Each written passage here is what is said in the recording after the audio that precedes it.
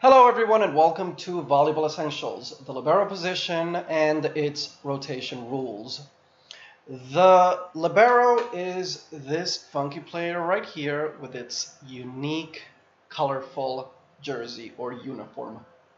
The libero, or libero, or jugador libre, is a position that had been used in Italy through the 80s and 90s and was adopted officially by the FIVB, International Federation of Volleyball, on April 20th, 1998.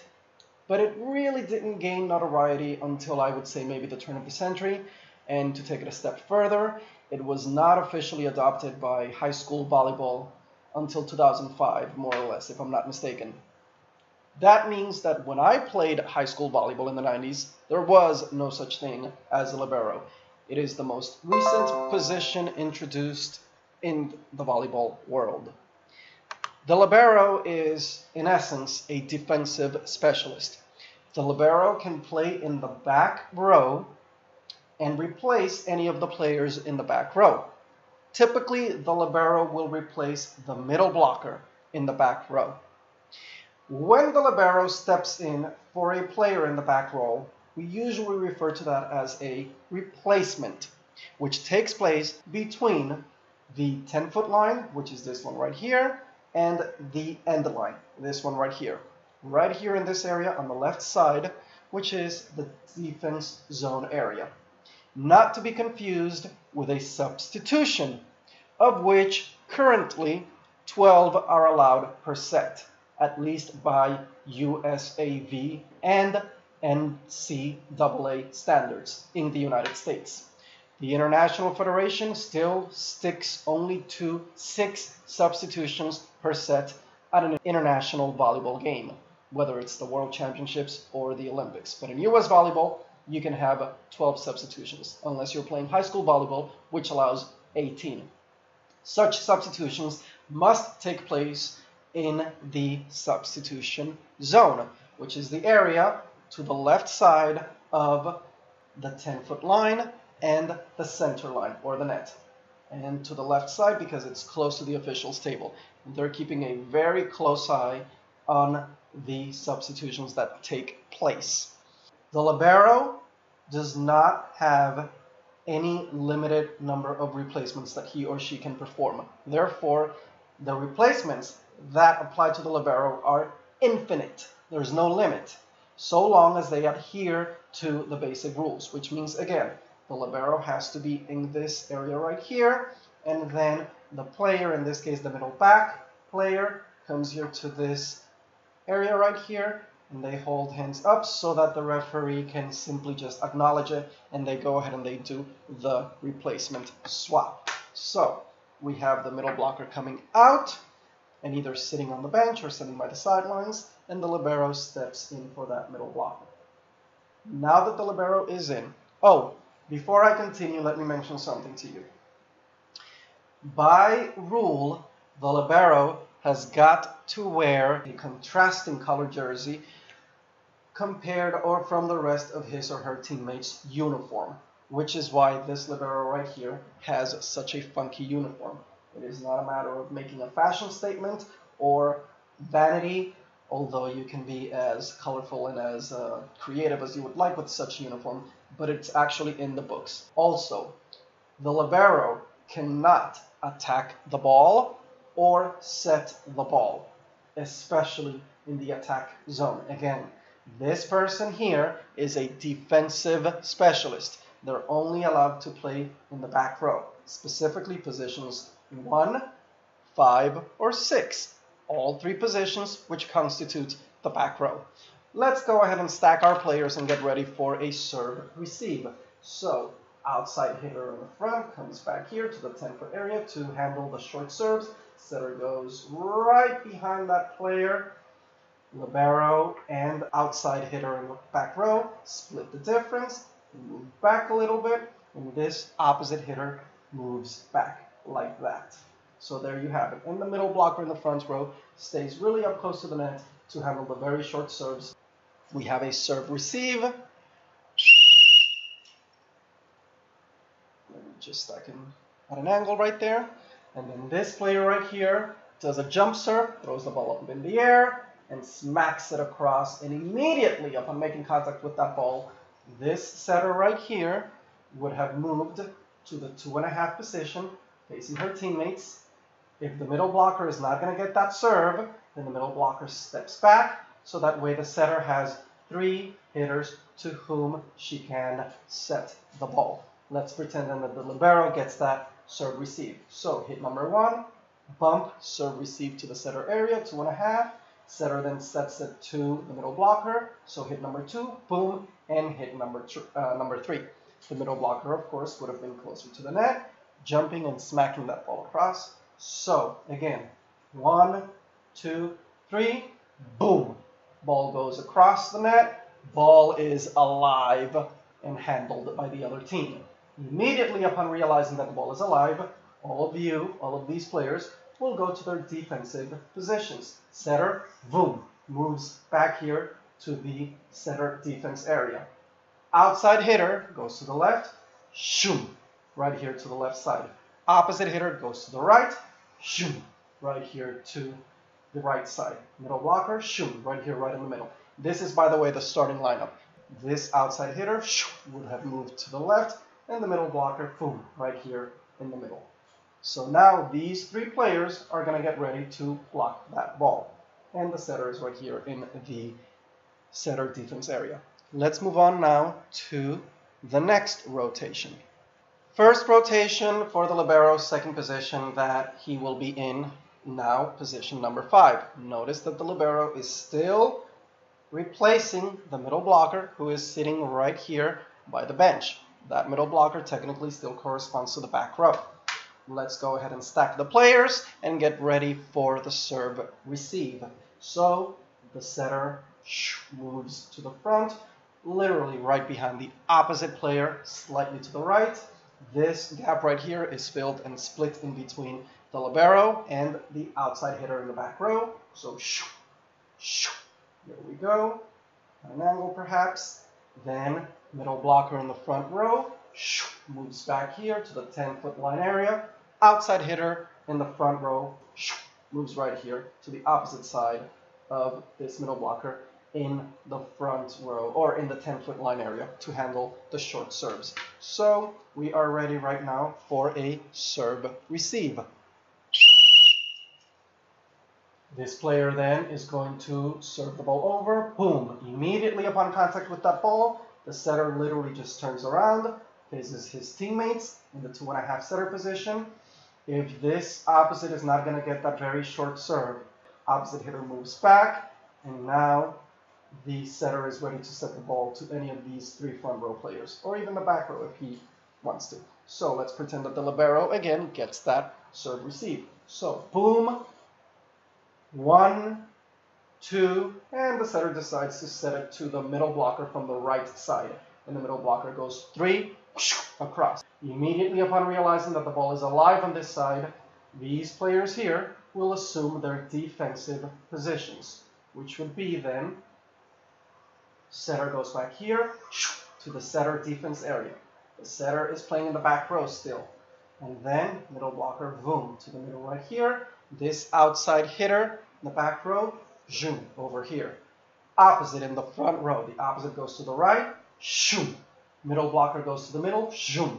And the outside hitter number 2 simply, zoom, moves to the front.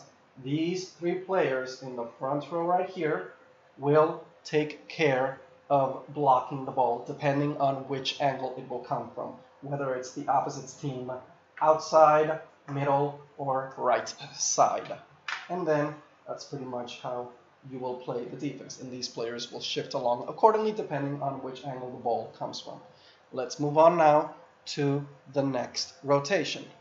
Now for this next rotation, notice that as the players move clockwise, when they rotate, this libero is about to move to the front row. But remember, the libero cannot play in the front row, only in the back row. So I will physically move the players and show you what happens then. So here we have, let's do this basically. Boom, boom, boom, boom. And now the libero is about to move to the front row, with the setter coming to position number 5.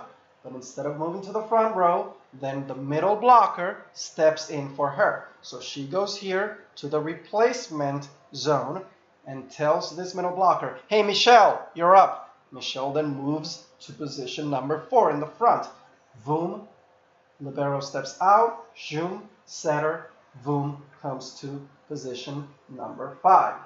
Now, you have two choices right here as far as how you want to use your libero. Remember, this libero has just played 2 positions for the middle blocker who was in the back row. Now this middle blocker moves to the front row, and the middle blocker that was in the front now moves to the back.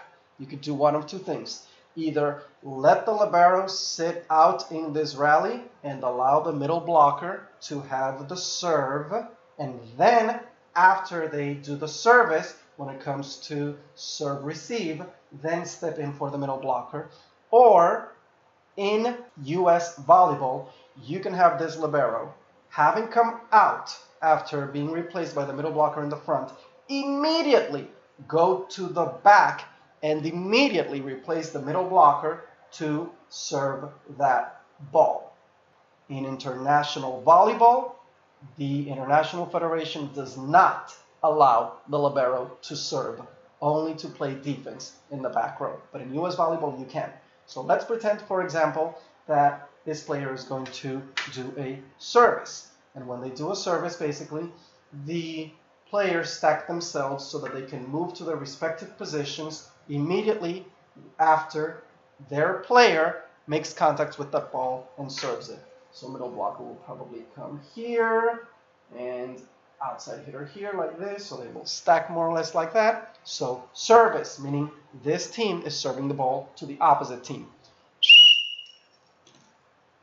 Middle blocker serves, boom. Immediately upon making contact with that, this middle blocker, shoom, front in the middle, center front. This outside hitter, boom, left front, boom. The setter, shoom, to the setter area right here. The outside hitter in the back row, boom, position number 5 zone. Again, left side where the outside hitters go. And the middle blocker who just served that ball, boom, position number 6 in the middle where the middle blockers go. And the setter will be in the defensive area right here. So that's how it would happen.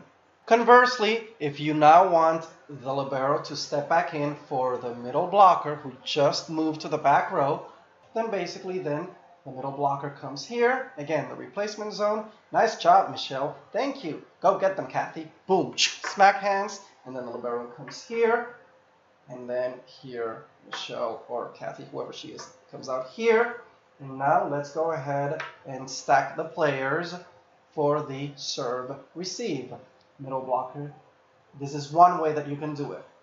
Middle blocker moves slightly to the left. Setter then moves up here. Let's split the difference then between this outside hitter and this one. This outside hitter and the libero. Libero comes here. Opposite moves back to the 10-foot line area to handle the short serves. And this outside hitter in the middle will move, boom, right here to the other end. As long as the outside hitter is in between the middle blocker and the opposite player and also in front of the outside hitter in the back row, perfectly fine. They are not out of rotation. So here you have this nicely configured C shape, and now this team is ready to handle the serve receive.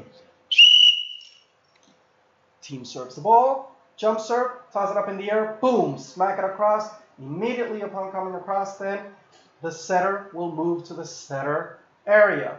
Boom, right here, 2.5.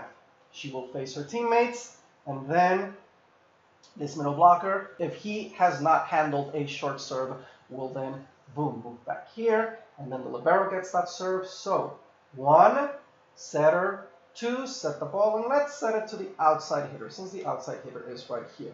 And then, boom, 3, smack it across. Immediately upon realizing the ball is alive, all these players now go to their defensive positions. So outside hitter will be here, outside, libero who's playing the middle blocker, boom, right here, opposite to right here, and then the middle blocker is going to move to the middle block right here, and then outside hitter over here, and the setter moves to the defense playing area right here because the setter is still in the back row, basically. Okay? Let's talk about the use of two liberos, which again is allowed by the rules. I've typically seen only the use of one libero for any given team, but again, two liberos are allowed. So let's pretend that this player over here with the dots, Strawberry Shortcake, which I've been using to represent a player from the opposite team, is actually now playing for this team and happens to be a libero. So let's bring this player all the way here. You can do this a variety of ways. You can have, say for example, if this is John and Michael, you could have John play for middle blocker number 1, this one right here, whenever middle blocker number 1 is in the back row, and you can have Michael right here play for middle blocker number 2, whenever middle blocker number 2 is in the back row. Or you could have one libero step in for another libero. So for example, if Rachel is really good in position number 6, which is center back, but then Samantha happens to be really good in position number 5, digging the ball and bump receiving the ball from position number 5, then what you can have is Samantha step in for Rachel when Rachel moves to this position. This area right here, position 5, both 6 and 5, but most importantly position 5 and its vicinity are crucial because if you think about it, the other team, when they attack the ball from their outside, it is actually this area right here, which happens to be our right front area. This is their outside, their left front. And remember, outside is the primary attacking area. So generally, the ball is going to come in this angle right here, in this general direction, which is why this position right here is crucial for the libero. Of course, an incredibly good hitter can hit the ball anywhere he or she wants. It could be position number 1, 6, 5, whatever. What you cannot do is have two liberos at the court at any given time. Remember, if you're going to use two liberos right here, Rachel and Samantha, treat them as if they were only one and only one player. So in other words, you cannot have Rachel right here, who just replaced middle blocker number 1 and is sitting by the sidelines, and then in addition to that, have Samantha right here replace this opposite hitter, and then boom, like that. Illegal. Two liberos are not allowed on the court at the same time. Another thing that I wanted to cover has to do with the restrictions on the libero as far as setting is concerned. Again, the libero is a defensive specialist. The libero is not a setter. So the libero cannot set the ball in the attack zone at any given time. But the libero can do the following. And just in case if I didn't clarify earlier, libero stems from the Italian word libero, which means free player. So let's create the following scenario. Say for example, these people are playing serve-receive, and then they're actually now playing defense. And I know that they're not stacked properly, but let's suppose that the setter here gets the very first hit. So the other team goes through their 3 hits, bump receive, set, and then zoom, comes literally, boom, right to the setter. The setter is going to get the first hit on the defense play. So the setter bump receives that ball, and the ball happens to go to this general area right here. So the second hit is now going to be handled by the libero. The libero can do the following. The libero can actually set that ball, typical setting fashion, as long as she is completely behind the 10-foot line. So she can actually do the following. She can go ahead and start with her left foot up in the air and then set the ball, and immediately after setting the ball, plop down and step on that line or in front of that line. That's perfectly fine. So upon setting that ball from the libero again, and if it goes to, say for example, the opposite hitter right here in position number 2, then the opposite hitter can jump and attack that ball because that ball is presumably above the height of the top of the net. That's perfectly legal. What the libero cannot do is be touching the line, even if it's barely touching the line or in front of it. and then if she's touching that line, she cannot receive that second hit from the setter. So 1, 2, set the ball overhand to the opposite, and then have the opposite jump and attack that ball. So that means that the opposite hitter, upon realizing that the libero has just set that ball overhand while in the attack zone, it is technically the responsibility of the opposite not to jump and attack that ball. A smart libero will help his or her teammates out. If, say, for example, this is Eduardo, and Eduardo happens to know or think that he is stepping on the line or close to the line, and Eduardo just realized that he set the ball overhand, then he will tell Thomas, stay down, or don't jump, and then Thomas will then get the ball over by either bumping the ball over or even hitting the ball overhand, as long as Thomas keeps both of his feet on the ground. That is perfectly fine. Traditionally, realistically, most of the time, if not all of the time, we're all looking up in the air at the ball. So it's really hard for the libero to keep track of whether or not he or she has stepped on the line, is in the attack zone or not. So what the libero will do, if she happens to be either in the attack zone or close to the attack zone, is to play it safe, which means that the libero will simply bump the ball over, and if the libero bumps the ball over to the opposite hitter, or any of the front row players for that matter, then yes, it is legal for them to go ahead and jump and attack that ball. If the libero happens to make a boo-boo and sets the ball overhand, and if you happen to jump and attack the ball and the referee called you out on it, don't start finger pointing. It's a team, guys. We all rise to the occasion and we all fall down together. Just learn from that mistake for the next rally. I definitely want to conclude with the following. When I played high school volleyball years ago in the 90s, and there was no such thing as a libero, if you were average height or short, and if you were not a strong hitter, you were pretty much reduced, for lack of a better word, to playing either the setter position or to playing defense. And back then, we were only allowed 6 substitutions. And if you were going to be the setter, you better be a heck of a good setter, because again, this position here is a key player. This player is as if he or she were the quarterback in football, the leader of the pack, the one who makes or breaks the game, sets the pace, blah, blah, blah, etc.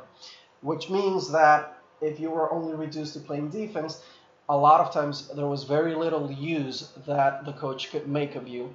And with the introduction of the libero, this has really broadened the horizon. This has really revolutionized the volleyball in many ways, so that many different players, not just the tall players that are strong hitters or strong blockers, can take advantage of the game and be used often, but also players that tend to be short, and the libero is typically a shorter player. They just tend to be naturally, anatomically, just more fit to dig in the ball and or serve receiving that ball. And also, if you don't want to bother with being a front row player, and if what really drives you and what your passion is to dig the ball or serve receive the ball and really go all over the place as far as helping with the defense as a libero, then you can definitely take advantage of that. And again, you can have up to 2 liberos per team. And last but not least, I would encourage any of you to look up certain players online who are regarded as the world's best liberos, both females and males, and the things that the liberos do are just breathtaking. So this position is absolutely, without a doubt, a very valuable position in volleyball. That said, thank you very much for watching, and I hope you guys enjoyed this video. Check out the other videos as well.